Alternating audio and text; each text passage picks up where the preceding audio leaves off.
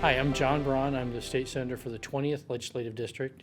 The 20th is a rural district, roughly, bounded by Olympia to the north. We don't include Olympia, but we go into Thurston County a little bit.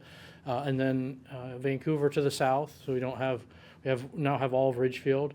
And then all the way to White Pass, so the ridge of the Cascades, to I-5, a little bit west of I-5 now, although we used to have further west as redistricting has reshaped us. We go longer north and south and not quite as far east and west. But big district, rural district, a lot of very resource dependent district, an enormous amount of natural resources, including national forests, and we have historic dependence on timber.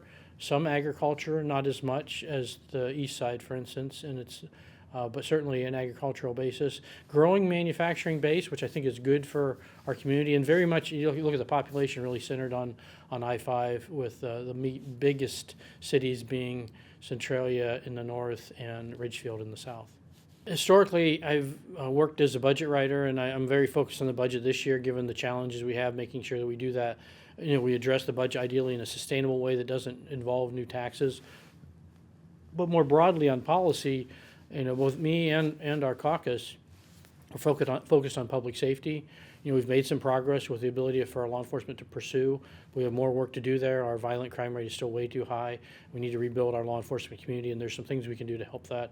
I'm focused on affordability, and whether it's food or gas. Housing is a particularly important one. Childcare is a particularly important one. Healthcare. These have all become increasingly unaffordable for working Washingtonians, and we can do things in the legislature to fix that. So I think the biggest focus this session will be on housing and childcare, but hopefully broadly, as we look at every bill, we look at it through the lens of affordability. What does that do for Washingtonians in the ability to pay for things they need in their lives?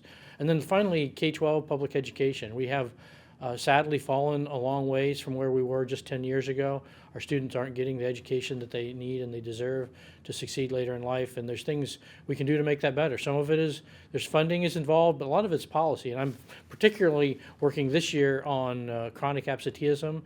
It's not hard to figure out that if kids can't keep up, let alone catch up, if they're not in the classroom, and we have a very high rate of chronic absenteeism in our state, and what that means is they're gone more than 10% of the time. This isn't the same as truism. It's whether they're excused or not excused. It's whether they're in class. So the bill simply provides some tools for parents and administrators, teachers, to help get kids in the classroom, remove whatever barriers are keeping them out of the classroom, and ideally that's a step forward in getting them back on track. Well, I have lots of hobbies, probably too many hobbies. I like to read. I like anything outdoors, particularly skiing or hiking.